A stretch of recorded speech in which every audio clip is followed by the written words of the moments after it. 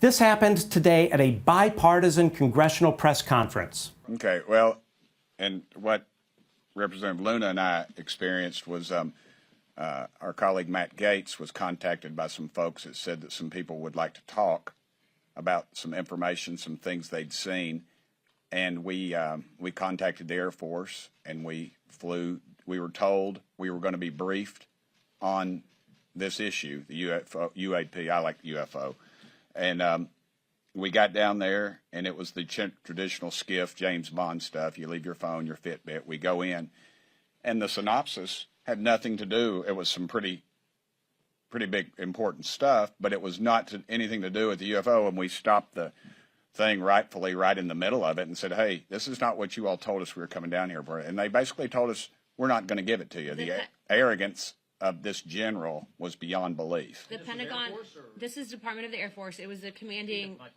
yeah, of course. It was the commanding general of Elgin Air Force Base. And ultimately, even before we got down there, the Pentagon actually tried to cancel the field hearing. And also, it's important to note that these were whistleblowers. These were pilots that had come forward to Representative Gates' office with information saying this needs to be investigated. We have an increase in sightings in this region. And it's a cause for concern for national security reasons. We don't know what it is. So we went down there. We were stonewalled. They would not give us access to testimony from some of the pilots. They were hiding images and information. We were told there was pictures available, which we still haven't seen. And ultimately what ended up happening is we had to actually call House Armed Services. Chairman Rogers got involved. The Pentagon got involved. The Department of the Air Force got involved. We actually got into an argument with the general of that base. And it's important to note that we were there simply to follow up on the whistleblowers that came forward with information. And so if the Department of the Air Force, if the Pentagon thinks that they're above Congress, they have something else coming to them. We told them we were going to do this if they continued to hide information. And ultimately, the American people deserve the facts. And also, I'd like to make, for the record, numerous pilots have told us, and I'm sure they've told Representative Luna, that the when they come forward with this, they're supposed to be provided some sort of whistleblower protection, but they're not. The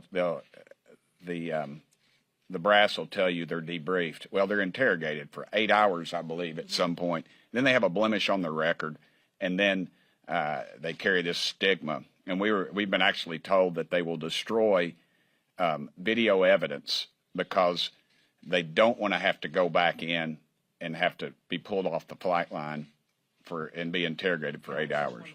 What kind of country do we live in when United States Air Force leadership ignores safety of flight concerns from its pilots, forcing them to whistleblow? What kind of country do we live in when United States Air Force leadership retaliates against those pilots? What kind of country do we live in when a United States Air Force Brigadier General blocks members of Congress from interviewing those pilots? Congressional men and women on both sides of the aisle trying to do their damn job. U.S. Air Force pilots reaching out to their elected representatives because their command is ignoring their concerns.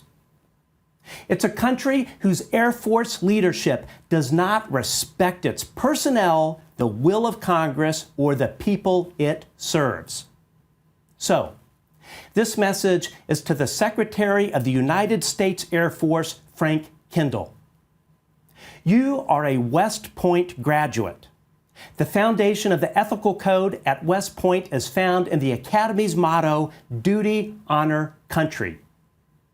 Your leadership, sir, is a dereliction of duty. You dishonor our country, the men and women who have sworn to protect it, and the Congress you answer to.